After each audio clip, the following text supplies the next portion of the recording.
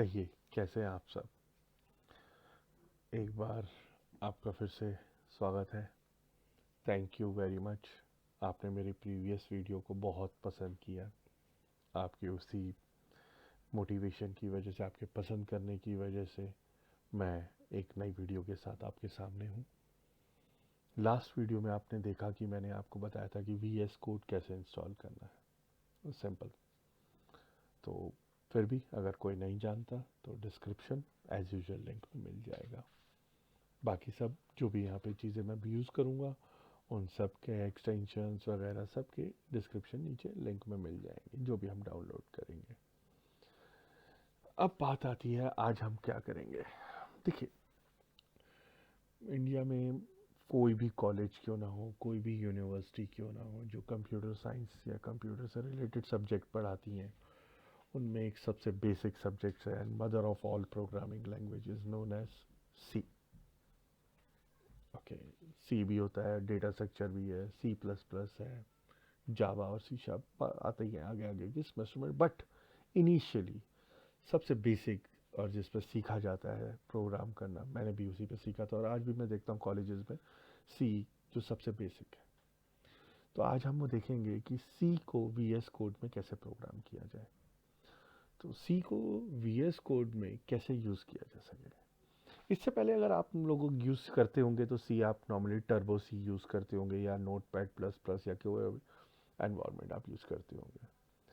तो या as usual जैसे मैं आपको ऑलरेडी बता चुका हूँ कि VS code is just a code editor, इससे ज़्यादा कुछ नहीं है। उसमें कुछ एक एक्सटेंशंस आ जाती हैं जिनकी हेल्प ले सकते हैं, हम अपना काम आसान बना सकते हैं। That's it. ये कोड एडिटर है। ये कोड को अपनी तरफ से या अपनी मर्जी से रन नहीं कर सकता, क्योंकि ये नहीं समझ सकता ना कि ये कोड किस तरह से रन होना है। सी का अलग तरीके से लिखा जाता है, उसके सिंटैक्स और चीज़ें अलग हैं, C++ की अलग है, जावा की अलग है, सी शार्प की अलग है, पाइथन PHP हर चीज़ के लिए अलग अलग है। इस ज्ञानी नहीं, ये हर जगह हर चीज़ का इसको ज्ञान नहीं है। तो किसी भी प्रोग्रामिंग लैंग्वेज को कन्वर्ट करना पड़ता है मशीनी लैंग्वेज में। ये मशीनी लैंग्वेज में डायरेक्टली खुद कन्वर्ट नहीं कर सकता। अब ऐसे में हमें चाहिए होता है, आपको भी पता है, एक चीज़ कॉल्ड, यस, शायद सही गेस किया होगा आपने, कंपाइलर। कंपाइलर तो हमें जावा के लिए चाहिए, सी शार्प के लिए चाहिए, हर चीज़ के लिए चाहिए। फिलहाल आज हम बात करेंगे सी के लिए, और C++ दोनों के लिए ये काम करेगा, कोई अलग नहीं है। चलिए, पहला काम क्या करना है, हमें कंपाइलर चाहिए। तो सबसे पहले जो हम कंपाइलर यूज़ करेंगे वो है, या निकाल के लाएंगे, वो है MingW। अब MingW क्या है देखिएगा। MingGW, ओके, ये रहा आपका MingW। अगर आप इसकी डिटेल्स में जाएंगे तो once again it is basically Windows का ही पार्ट है। माइक्रोसॉफ्ट बहुत काफ़ी चीज़ें फ्री में दे देता है, बहुत काम की होती है, ये उनमें से एक है। तो हुआ ये कि अब उसका आपको कंपाइलर मिल गया। टर्बो सी जो 87 88 में बना था, आई थिंक कुछ ऐसी डेट, आप एक बार चेक कर लीजिएगा, फाइन, आपको पता चल जाएगा। तो उसके बाद 2005 2008 के आसपास ये भी आया था, इसका भी काम लिया गया ताकि इसको विंडोज़ के अंदर इंस्टॉल करके काम में लाया जा सके। तो ये क्या काम कर रहा है हमारे लिए, ये हमारे लिए एक बहुत बेसिक काम कर रहा है। और वो बेसिक काम क्या है, सबसे पहला काम, ये हमारे लिए एक कंपाइलर का काम करेगा। हमारे पास VS कोड है जो कि एक एडिटर है, एक MingW जो कंपाइलर है। यहाँ हम कोड करेंगे, इस कंपाइलर की हेल्प से कंपाइल होगा और हमारा कोड एग्जीक्यूट होगा, एज सिंपल एज। तो यहाँ से कोड कंपाइल डाउनलोड करना आसान है और सिंपल है, just you have to click on download और आपका most probably MingW download start हो जाएगा विद इन 5 सेकेंड्स, ये कह रहा है। और मेरे केस में शायद हो भी गया है, हो गया, या ये रहा, आ चुका है। तो MingW इंस्टॉल हो गया। तो हमने क्या किया, एक C++ के लिए कंपाइलर इंस्टॉल डाउनलोड किया है, अभी इंस्टॉल नहीं किया है। अब यहाँ पे ध्यान रखिएगा कि पूरे इस प्रोसेस में जो आप करने जा रहे हैं, जिसमें हम हम इंस्टॉल करने जा रहे हैं क्या, जी कंपाइलर को। इस पूरे प्रोसेस में दो चीज़ें बहुत इंपॉर्टेंट हैं। एक है मेन डब्ल्यू को ठीक से इंस्टॉल करना और दूसरा है उसका पाथ सेट करना। ठीक है, चलिए फिलहाल स्टेप बाय स्टेप प्रॉब्लम को ब्रेक किया। हमारे पास वीएस कोड है, हमने मेन डब्ल्यू डाल लिया है, अब हम मेन डब्ल्यू को इंस्टॉल करना सीखेंगे। फाइन,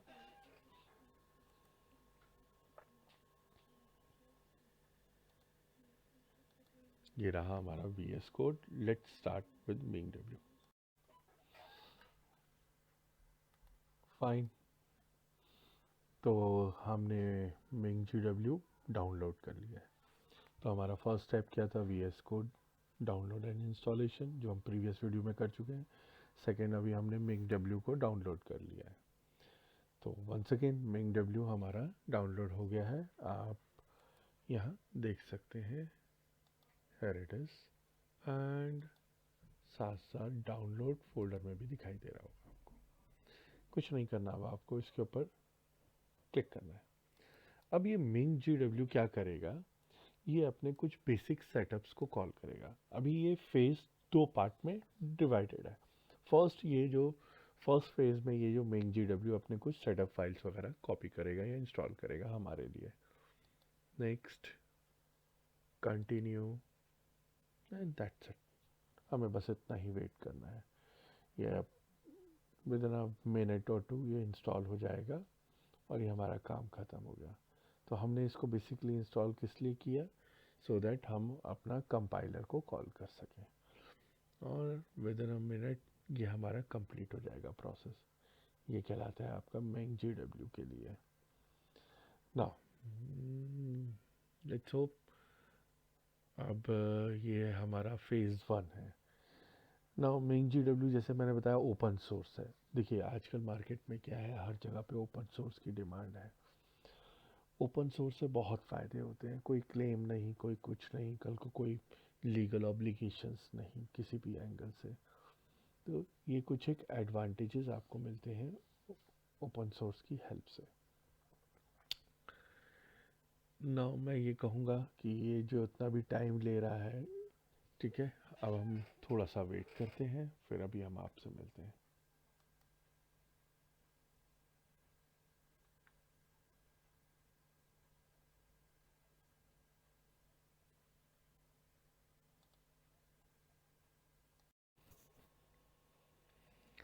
सो जैसा मैंने आपको बोला था कि एक बार इंस्टॉलेशन ख़त्म हो जाए फिर आगे हम कंटिन्यू करते हैं।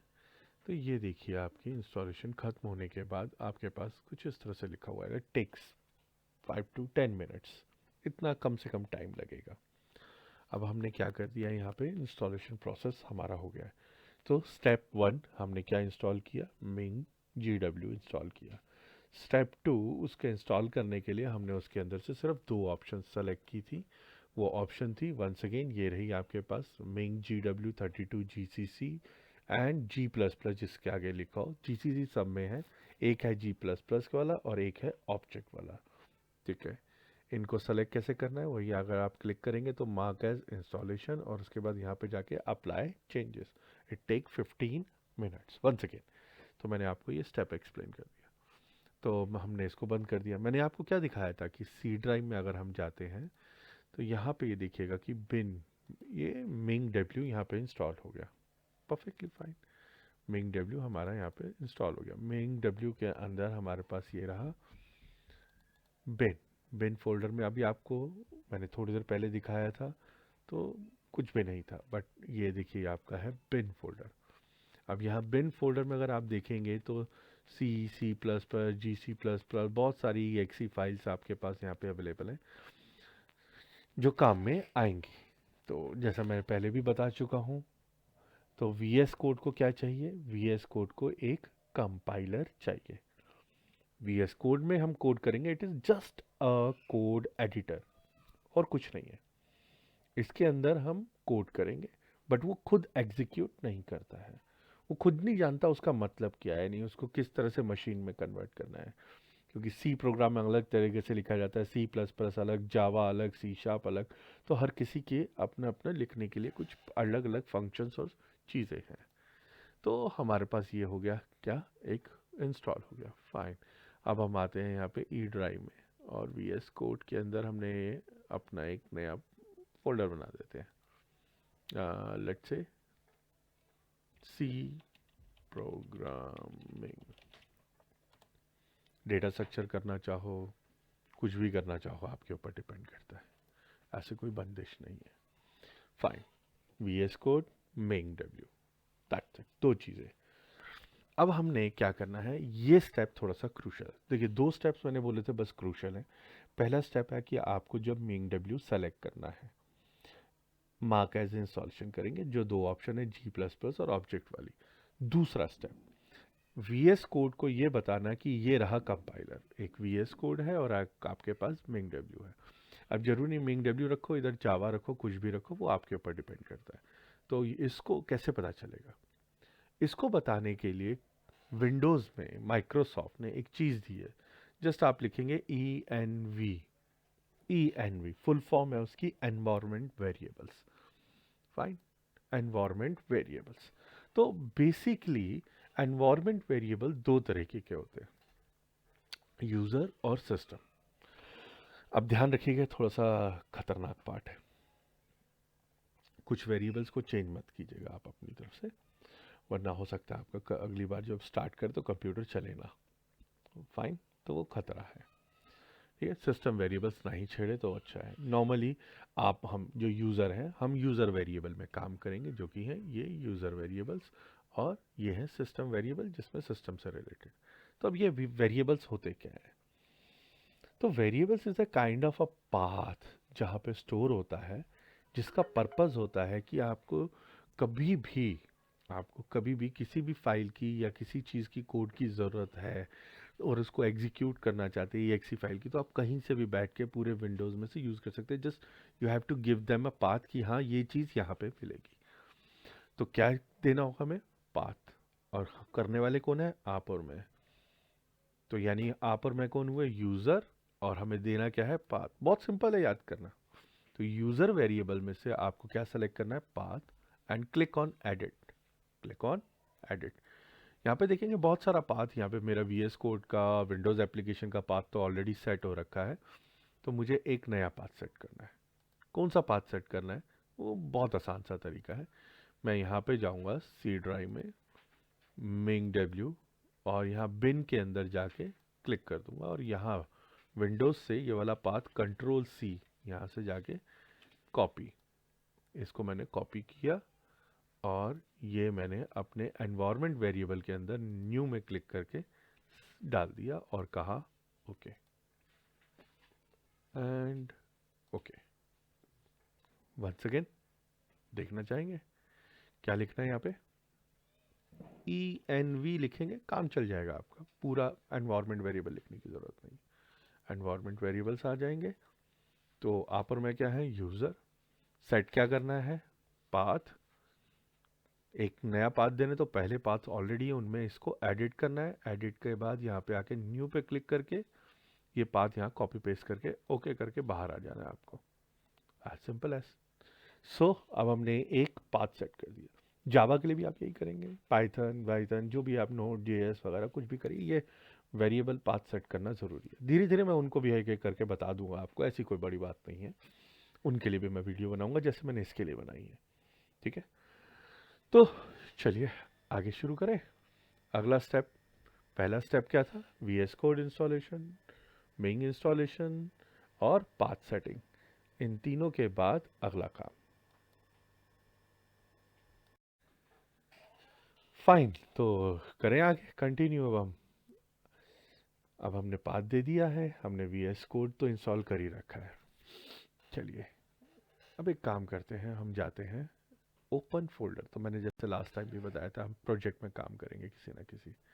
तो ई ड्राइव में गए, वी एस कोड करके एक बनाया हुआ है, C programming and select folder, that's it. ये फोल्डर यहाँ पे सेलेक्ट होके हमारे पास आ जाएगा। अब हम इस फोल्डर के अंदर कोड कर सकते हैं। फिलहाल मैं इसमें एक करता हूँ, एक फाइल बनाता हूँ f1.c के नाम से, दैट्स इट। और इसको मैं थोड़ा सा जूम आउट कर देता हूँ। अब ये मुझे खुद ही बोल रहा है कि एक्सटेंशंस हैं, डाल लो डाल लो डाल लो। मैं कह रहा हूँ रुक जाओ। अब हमारे पास VS कोड में हमने ये एक फाइल बना के रख दी। अब हमारे पास फ़ायदा क्या है एक्सटेंशंस का, देखिए एक्सटेंशन से हमें क्या मिलता है।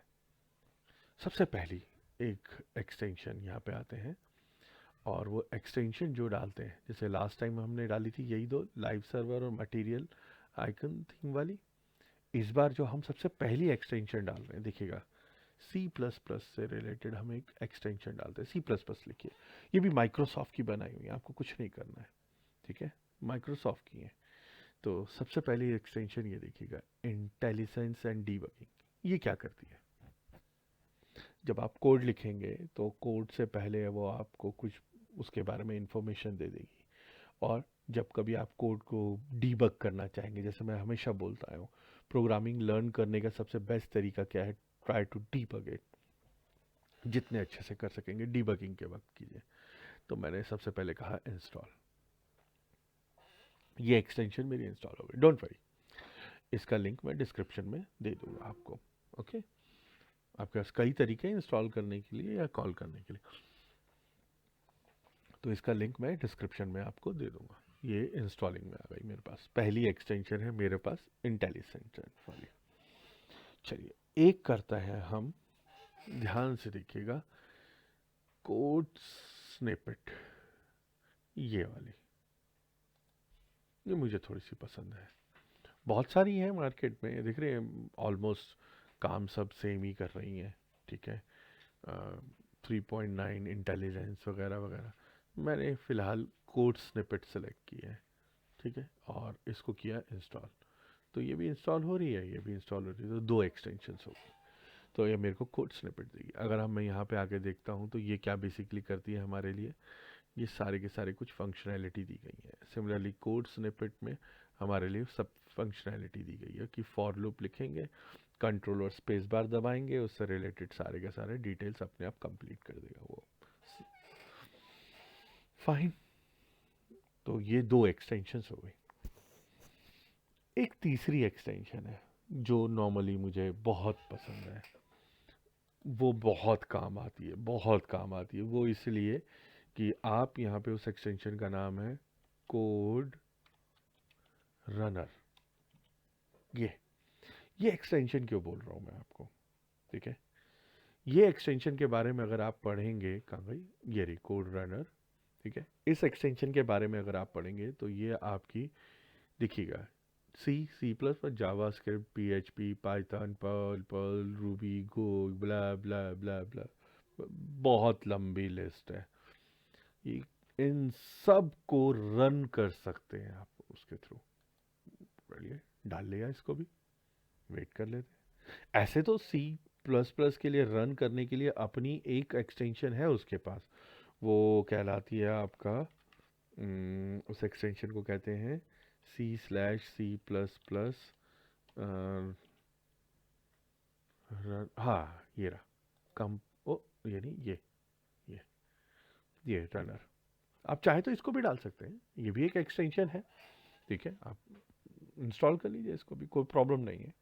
लेकिन ये सिर्फ किसके लिए, C++ के लिए। क्यों फिर कंप्यूटर की मेमोरी वेस्ट करनी उन चीज़ों के लिए, क्योंकि आगे जाके हो सकता है आपको ज़रूरत पड़े।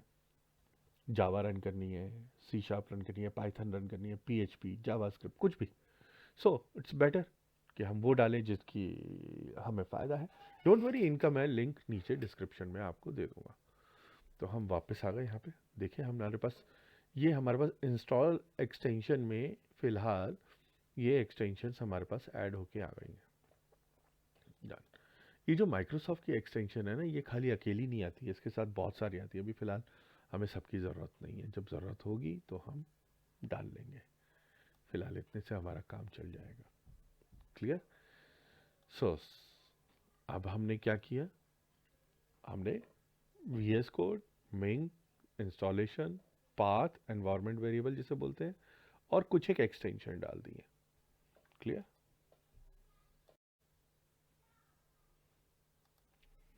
So let's start something.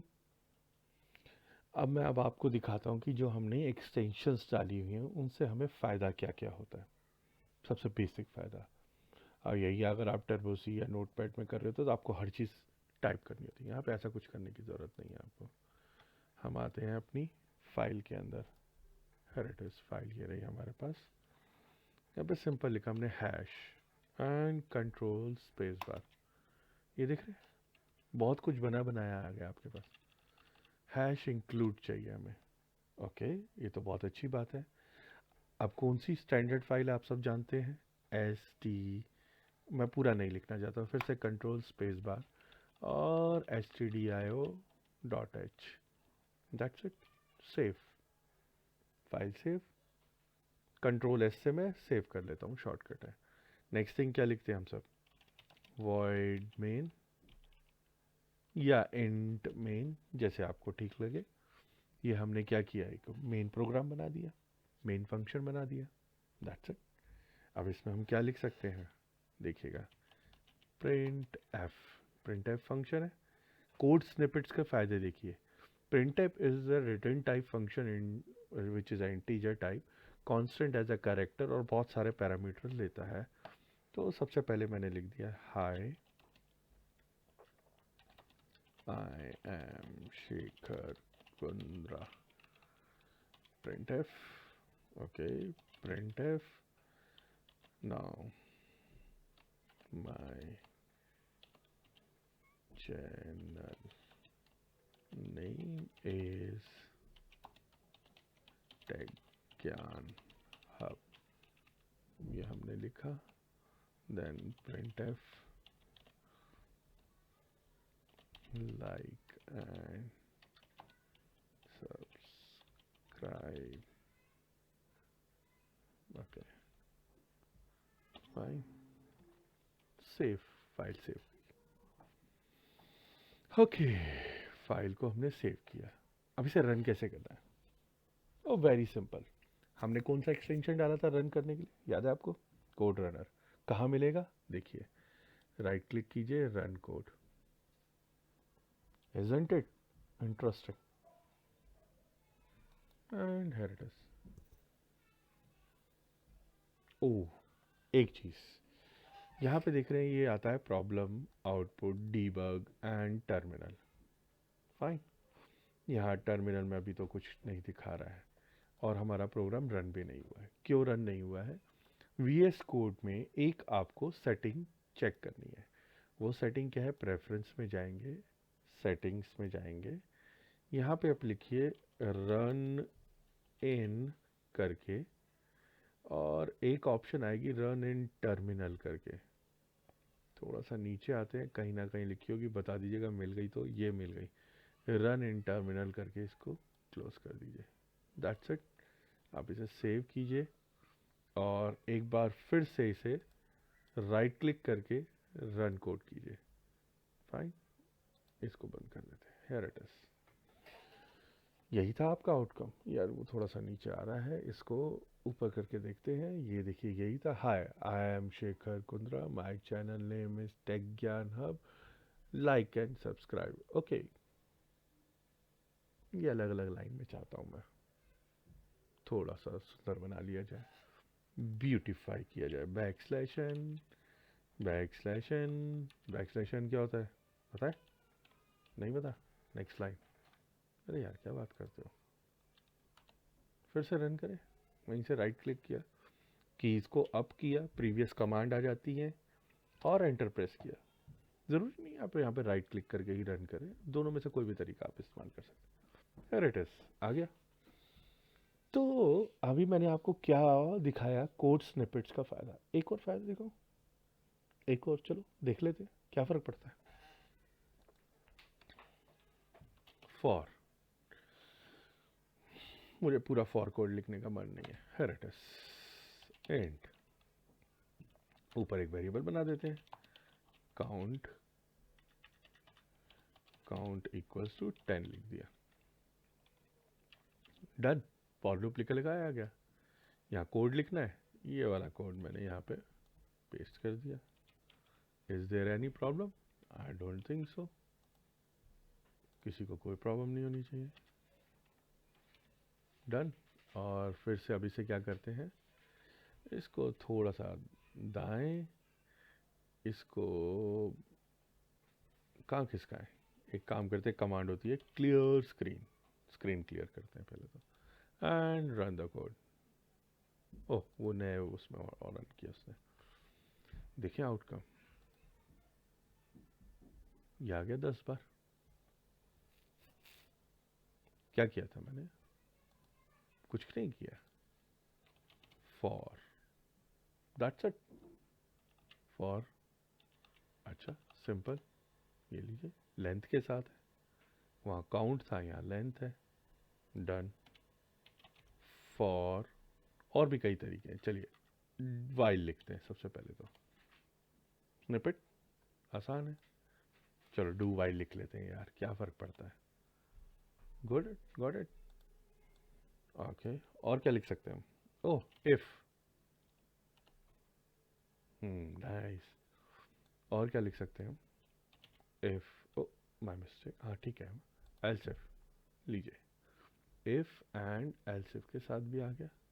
अच्छा, ये जो आपकी विंडो है, इसको हाइड करने का एक शॉर्टकट है, कंट्रोल के साथ जो टिल्ट वाला साइन होता है ना, वो दबाइए, ठीक है, ये वाली विंडो हाइड हो जाती है, और दोबारा दबाइए, ये विंडो वापस आ जाती है। तो ज़रूरत के हिसाब से जितने शॉर्टकट्स आप आसानी से याद कर लेंगे आपके लिए बढ़िया, ये देखिए, डन। लेकिन ना मुझे ना थोड़ा सा मज़ा नहीं आ रहा यार, मज़ा ऐसे नहीं आ रहा, मुझे पता नहीं चल रहा कि मेरा ये क्या है, ये तो सब कर्ली ब्रेसेस हैं वगैरह वगैरह वगैरह। एक और है मेरे पास, उसको कहते हैं हम यहाँ पे, विच इज़ कॉल्ड ब्रैकेट, आइए ब्रैकेट पेयर, ब्रैकेट पेयर कौन सा इंस्टॉल करना है, ये वाला, परफेक्ट, एंड इंस्टॉल। तब तक जब तक इंस्टॉलर, देखिए हर ब्रैकेट का कलर एक ही जैसा है, white white white white white white white white white white, अच्छा नहीं लगा, ठीक है ना जी। अब ये क्या हुआ, ओहो ये पिंक है, मतलब पिंक यहाँ से यहाँ तक शुरू है, ये येलो है, येलो ही है ना, हाँ यहाँ से यहाँ तक है, एक वाइल लगा के देख लेते हैं, एंड हरा ग्रीन पिंक येलो, तो कलरफुल हो गया, इजंट इट, है ना। एक और है एक्सटेंशन, बहुत हेल्प करती है, ठीक है जी, वो कहलाती है आपकी इंडेंट